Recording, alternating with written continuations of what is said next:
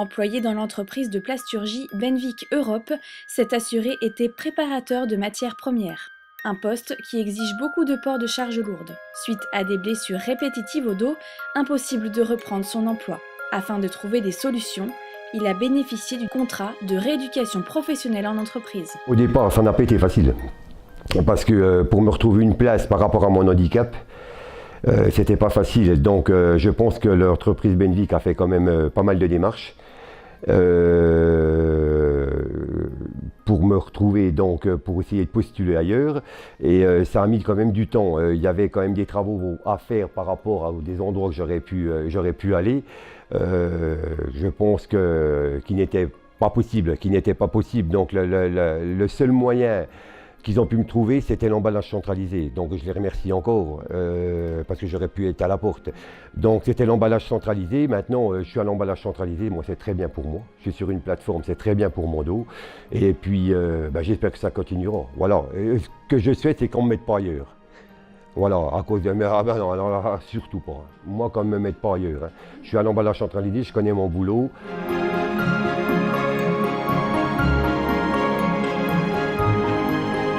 Hervé, moi je l'ai rencontré d'abord en entretien à mon bureau sur la demande du médecin du travail, où la première démarche que nous avons fait ensemble, c'est une démarche de reconnaissance travailleur handicapé.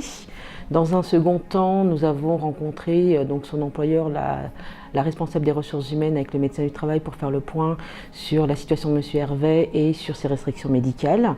Et à partir de là, on a commencé une démarche de maintien avec son employeur, le médecin du travail et M. Hervé. On est parti sur le poste de M. Hervé. Donc la grosse problématique, c'était le port de charge et la manutention donc des charges. Donc on a commencé par faire une étude ergonomique de son poste de travail. On a sollicité un cabinet donc, qui est financé par la GFIP, qui est intervenu, qui a fait l'étude de son poste, qui a fait des préconisations pour aménager ce poste au vu des restrictions médicales.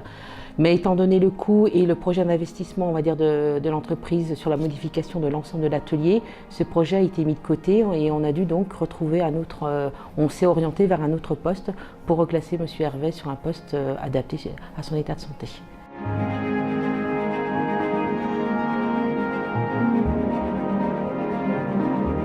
Donc il est en arrêt de travail depuis juin 2016.